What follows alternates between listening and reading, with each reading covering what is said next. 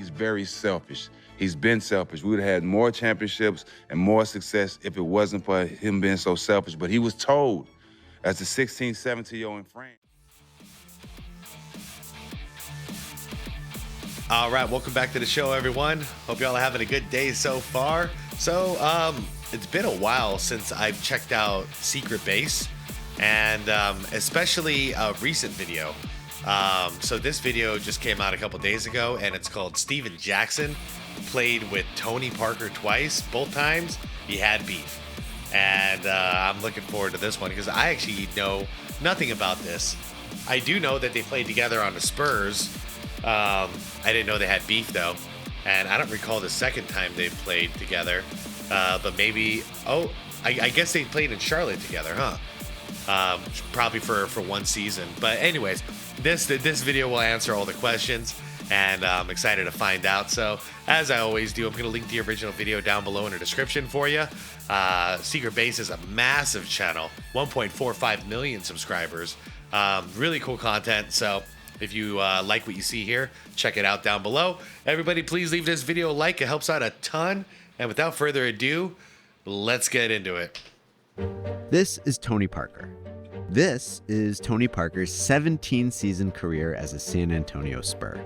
Over that span, Parker earned 6 All-Star selections and won 4 NBA titles, plus a Finals MVP trophy. Since retirement, Parker has been immortalized in the San Antonio rafters and in the Hall of Fame. Tony Parker is a Spurs legend. Yes, sir. This is Steven Jackson. Here's his time in San Antonio. Jackson's good but sub-All-Star career included 2 separate stints in San Antonio with Parker, toward the beginning and again near the end.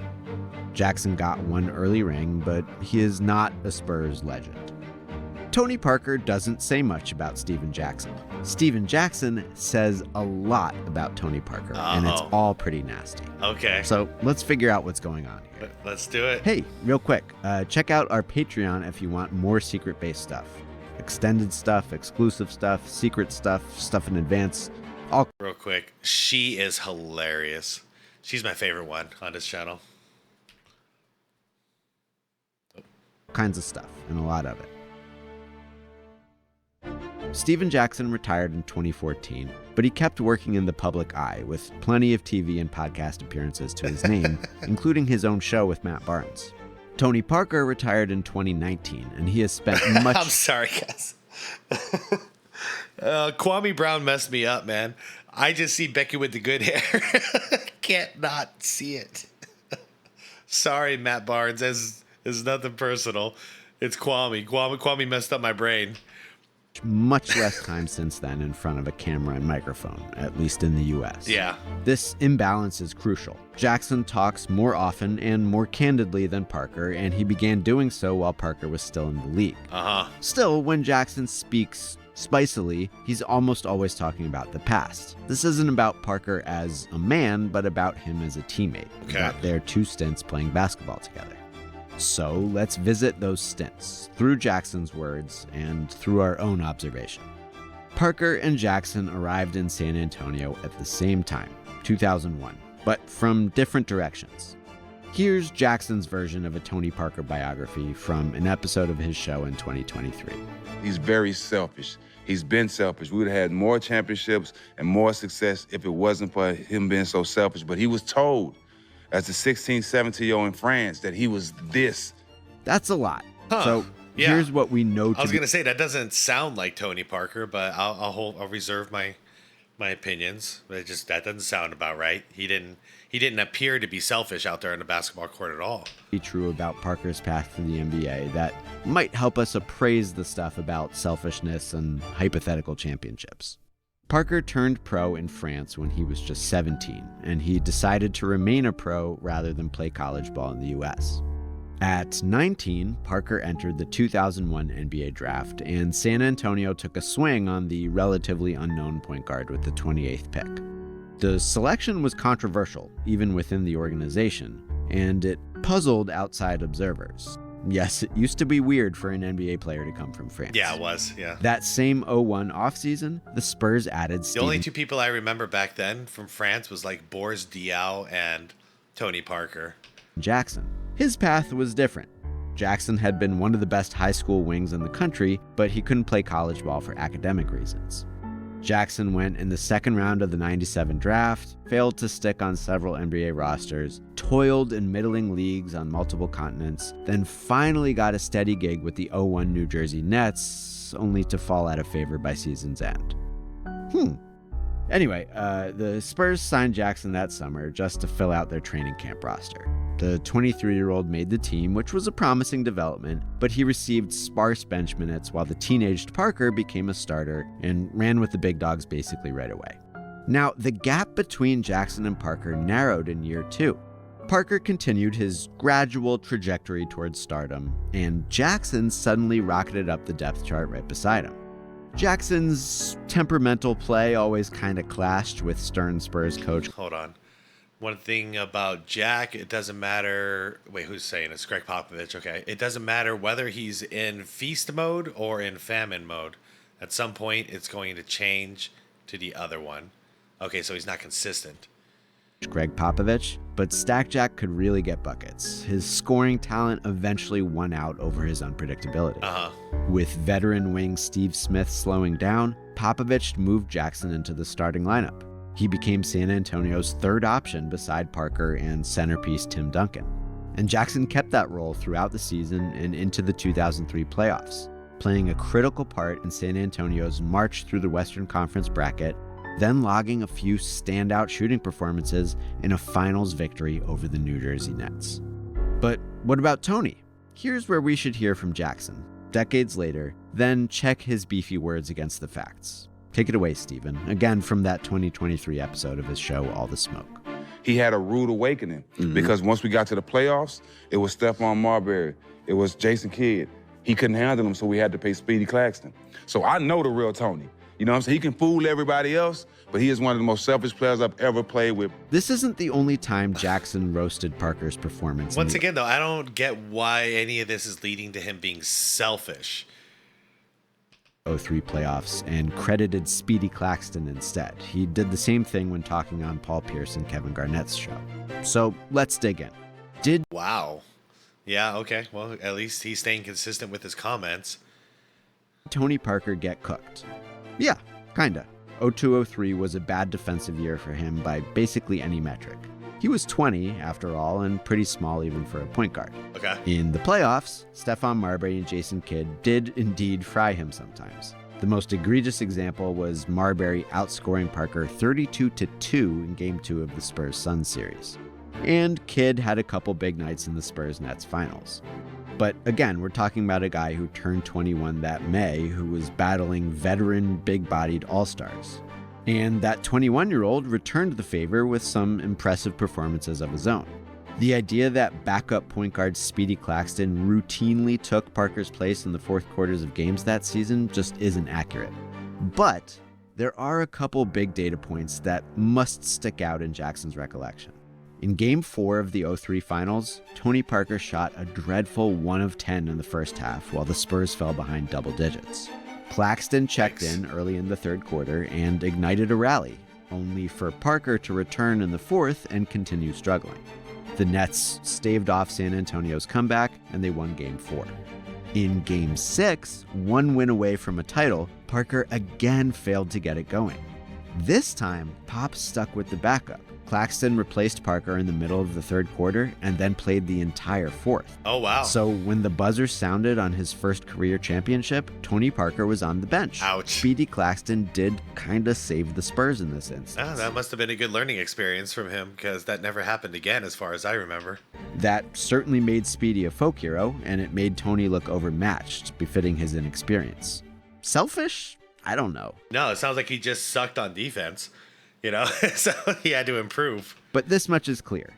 Both of Tim Duncan's young sidekicks had reason to feel alienated the summer after their first championship.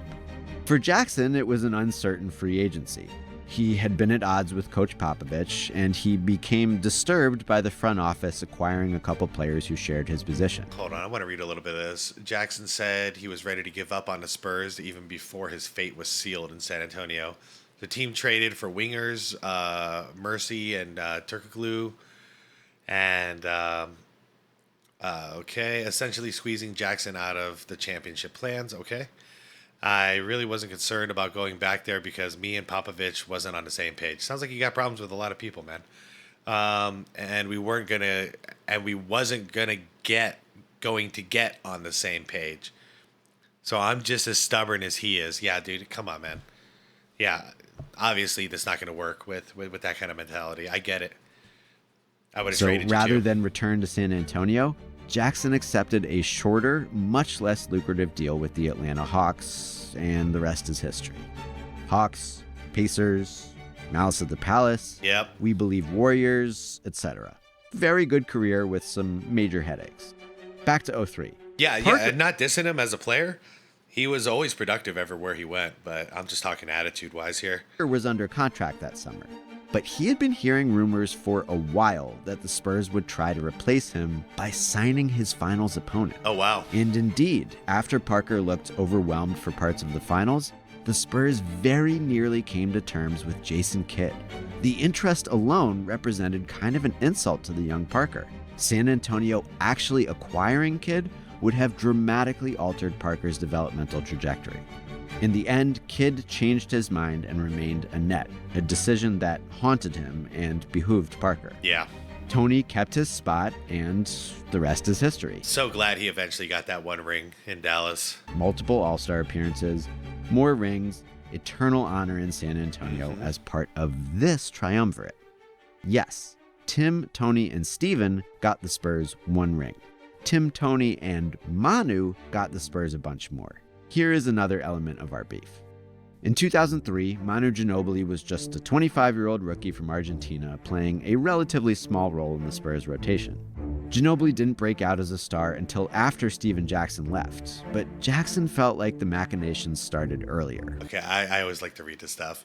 All right, so Steven Jackson's saying to the press, I just feel like the whole time when I was there, when I had good games, when I was playing well, I felt like Tony was the guy to really go against me, to go behind my back to Pop and play Manu Ginobili, to play other guys because he wanted the credit. Whoa. I don't know, man. This feels like reaching. Like Parker was trying to pull the strings. And to be clear, Jackson doesn't blame Manu for that at all. Ginobili was totally different. As far as a teammate, that's definitely one of the best teammates I've ever had in my life. This part of our beef can't really be confirmed or denied. We know Parker and Ginobili were already familiar from their concurrent careers in Europe, and we know they became close friends over time, but no one else confirms Jackson's accusations that Tony was pulling for Manu the whole time. I don't think Tony Parker had the power to do any of that, especially with Pop, but he hadn't quite earned his respect by that point, you know? And nobody said anything of the sort at the time, including Jackson after he returned to San Antonio as an opponent. If anything, Jackson regretted leaving. If that was the end of the relationship, Whoops. if they had stayed separate, maybe we would have never heard about a Jackson-Parker beef, and that's how it was for almost a decade. But then they reunited. Right before the 2012 trade deadline, the Spurs made a pretty shocking deal to acquire Steven Jackson.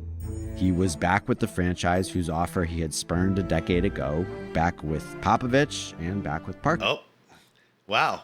So Pop has employed the three main French players I know because Wemby's there now. This was a very different dynamic from the days when Parker and Jackson were developing youngsters. Parker was now an established star in his prime, and Jackson was an aging veteran winding down his career, a bench guy. Role player, yeah. But once again, Tony's play at the end of a playoff run, a loss this time, gave Jackson more beef ammo. Don't do The it. 2012 Spurs made it back to the Western Conference Finals for the first time in a few years. San Antonio went up 2-0 against the upstart Oklahoma City Thunder, then lost 3 in a row, setting up a do-or-die Game 6 in OKC. Here is Jackson's recollection of that game as told to Brian Windhorst. Jackson had a hell of a game with 6 3-pointers. So did Kawhi Leonard. Tony came in and tried to save the day, and the Spurs stopped playing team ball, and that was why they lost. Good Lord. After the game, Popovich told Jackson, Duncan, and Leonard that he should have depended on them more, which Jackson interpreted as regret for putting Parker in the game. Okay. Dude, yeah. Who's the source of the drama in all these stories? So far, I'm seeing Steven Jackson over and over and over again. He just hates Tony Parker. Like, he really hates Tony Parker. So this is very specific, and we can fact check. The Spurs took a big lead against the Thunder, but blew it and lost Game 6 down the stretch. Okay. Did Jackson have a hell of a Game 6? Yes, he was awesome the whole series, and he did hit 6 of 7 from downtown in that decisive game. Was rookie Kawhi Leonard playing particularly well in that game? Not really, but that's kind of an aside. The big accusation is that Tony came in the game and tried to save the day and stopped playing team ball. I went back and watched for that, and For one thing, Parker assisted half of Jackson's three-pointers. Tony had 12 assists overall to go with 29 points on 27 shots. For another thing, Jackson himself picked up a technical foul during Game 6, literally giving a point away because he acted out in a critical game. And as for that final stint where Parker was supposedly trying to save the day, I spotted a few moments where I guess Parker looked Jackson off, like this one where Parker took it himself and scored. That's a give and go with Tim Duncan. Looks like a set play. Jackson clearly wanted the kick out, but didn't get it. Worked out anyway. Okay. And here's a spot where Jackson wanted the ball entered to Duncan, but Parker kept it. Here's Jackson trying to catch a trailing three again, but Parker took it all the way to the rim and finished. Okay, but he's finishing. So it's not like he's missing all these shots or getting turnovers. He's producing. While Tony did indeed shoot more than anyone else down the stretch of that game, he made 3 of his 6 shots. Those shots kept the game competitive until the final seconds. The one three-pointer Jackson took in the final seconds was an important one, and he bricked it. And then Tony bricked one as well for good measure. So sometimes you lose. Sometimes you shoot 6 for 7 from downtown and your team still loses.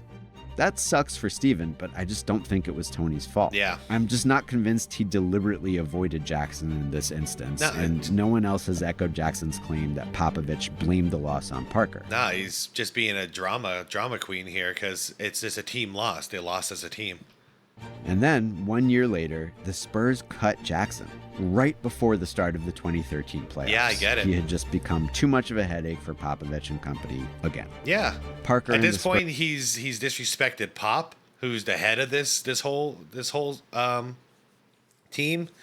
You know, president of operations or whatever the heck it is, basketball operations, and one of their stars, Tony Parker, like one of their big stars. Yeah, and he's constantly disrespecting both of them. So yeah, I would move on as well. They're successful. They don't need that kind of a headache in the locker room. Spurs made the finals that season, then won it all in 2014. So Jackson missed out on his second NBA title. Yikes. And thus, perhaps forever, and despite the 03 ring, Steven Jackson's opinion of the franchise is straightforward. Yeah, so if he would have just stuck around the first time and played hard and not created drama, he could have won 4 championships. Fuck the Spurs, though. They gave you 2 opportunities, Add man. all that up, and you could tell a simple story. Jackson felt like the Spurs didn't want him, so he left after the 03 title. Parker had his own reasons to worry about job security, but ultimately became part of a legendary dynasty. It's not hard to imagine how that difference would breed resentment. If Jackson was the only Spur to ever have a problem with Tony Parker, that simple story would be enough, but he's not. And I'm not even talking about the whole thing with Brent Barry's wife, which is only vaguely confirmed, but, it's out there. Yeah, now if Brent Barry was saying these things, I would totally get it, because I'm like, yeah, you're not out of line. We'd all hate Tony Parker, too, if he did that to us. In 2018, Kawhi Leonard's lengthy injury recovery became a major story. Doubly so when Parker reportedly pushed on Leonard to return and publicly said that he had recovered from a worse version of the same injury. Jackson, now retired and making the media rounds, went on Colin Cowherd's show and issued a diagnosis as well as a prediction. I know the type of person Tony is. Oh boy. He can't be selfish, and by this comment, I wouldn't be surprised if this makes Kawhi want to leave. And, well, the prediction part of this was right. Kawhi Leonard asked out of the only team he had ever played for, the one for whom he'd won Finals MVP. I mean, in hindsight, I think Tony Parker was kind of right, though. Because look at the rest of Kawhi's career. Like, he's injured all the time. And then nobody ever knows when he's coming back. It's just like he comes and goes whenever he pleases, it seems like. So I think San Antonio kind of dodged a bullet by Kawhi Leonard leaving. So it's almost like Tony Parker did them a favor. But I don't know.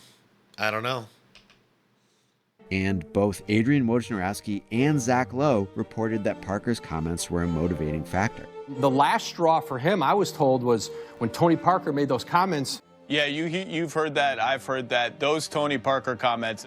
In 2023, former Spurs point guard DeJounte Murray went on All the Smoke and shared his own comparable experience with Parker as a teammate. In my second year, they see I come back, obviously getting stronger, getting better. And then that was the year I took the job from Tony.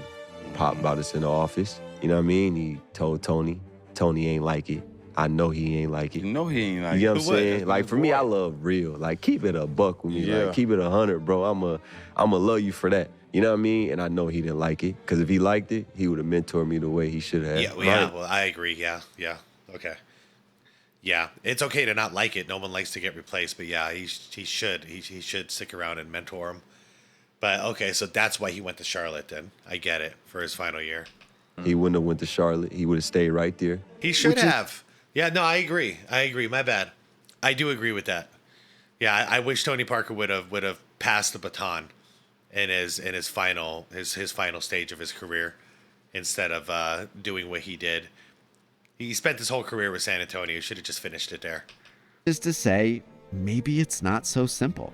Steven Jackson has said a lot of unkind stuff about Tony Parker. Some of it is fair, some is inaccurate, some of it is hypothetical, some is unprovable. You could chalk all of the above up to envy, bad faith. Yeah. But Jackson might argue he's the only one willing to speak truth to the power that is Parker's Spurs legacy. The reality probably lies somewhere in between. Yeah. Whatever it is, it's beef. And once a player is retired, it's fair game. So I don't have a hard time believing that one. Oh. Hey, thank you so much for watching. And I was not kidding about that Patreon thing. All of these people could tell you. It's a lot of fun over there.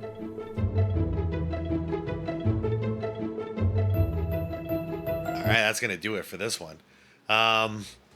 Okay, so what did I learn?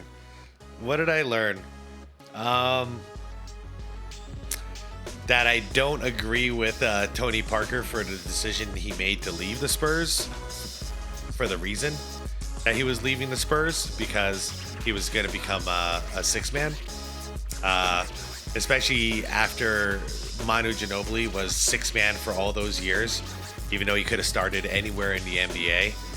Like, I'm kind of disappointed Tony Parker didn't end his career doing his part like that. But outside of that, it just sounds like straight up hate from Steven Jackson to me. I want to hear what you guys have to say about this one, because to me, I'm interpreting it as he was causing a lot of problems, Steven Jackson that is, with the players, with the coaching staff, blaming Tony Parker and Pop for a bunch of stuff. So they got rid of him. They won a bunch without him. They gave him another chance, and they didn't win, but then they got rid of him, and they won again without him. Yeah. I don't know what to say about that. Like, it's pretty clear to me what's going on there. Like, he was a problem in San Antonio, so they didn't want him around, and they were very successful without him. So why bother? That's just the way I see it. Let me know if I'm way off base. That's the way I'm interpreting it, all of this. And I didn't know about this beef, but this totally makes some sense. Anyways, everyone, I'm going to head out. Like the video if you haven't done it yet. It helps out a lot. Subscribe to the channel if you want more content like this.